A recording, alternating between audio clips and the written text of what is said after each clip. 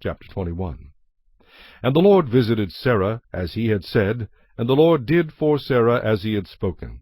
For Sarah conceived and bore Abraham a son in his old age, at the set time of which God had spoken to him. And Abraham called the name of his son who was born to him, whom Sarah bore to him, Isaac. Then Abraham circumcised his son Isaac when he was 8 days old, as God had commanded him. Now Abraham was 100 years old when his son Isaac was born to him. And Sarah said, God has made me laugh, and all who hear will laugh with me. She also said, Who would have said to Abraham that Sarah would nurse children? For I have borne him a son in his old age. So the child grew and was weaned. And Abraham made a great feast on the same day that Isaac was weaned. And Sarah saw the son of Hagar, the Egyptian, whom she had borne to Abraham, scoffing.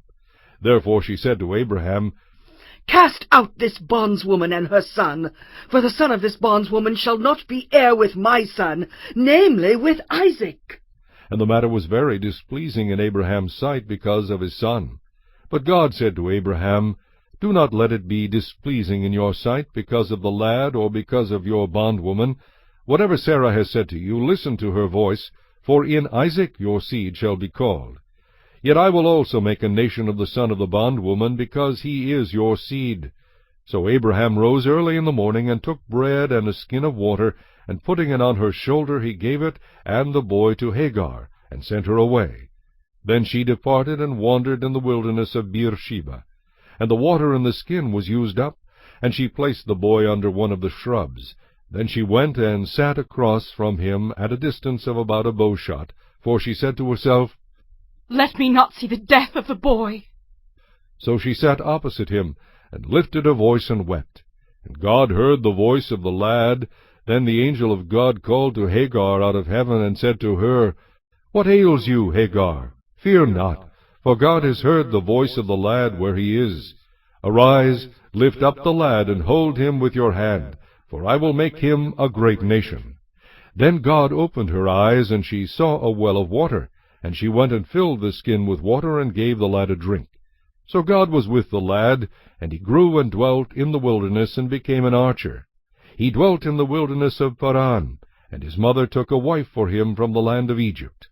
And it came to pass at that time that Abimelech and Phicol, the commander of his army, spoke to Abraham, saying, God is with you in all that you do. Now therefore swear to me by God that you will not deal falsely with me, with my offspring, or with my posterity, but that according to the kindness that I have done to you, you will do to me, and to the land in which you have dwelt.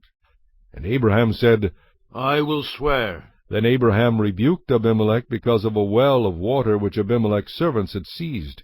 And Abimelech said, I do not know who has done this thing.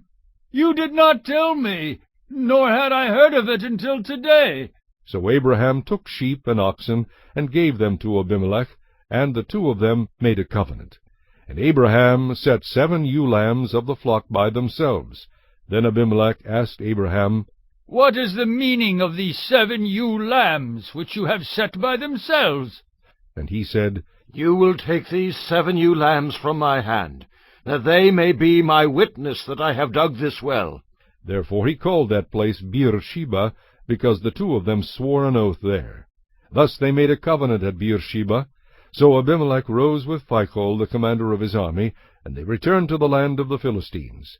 Then Abraham planted a tamarisk tree in Beersheba, and there called on the name of the Lord, the everlasting God.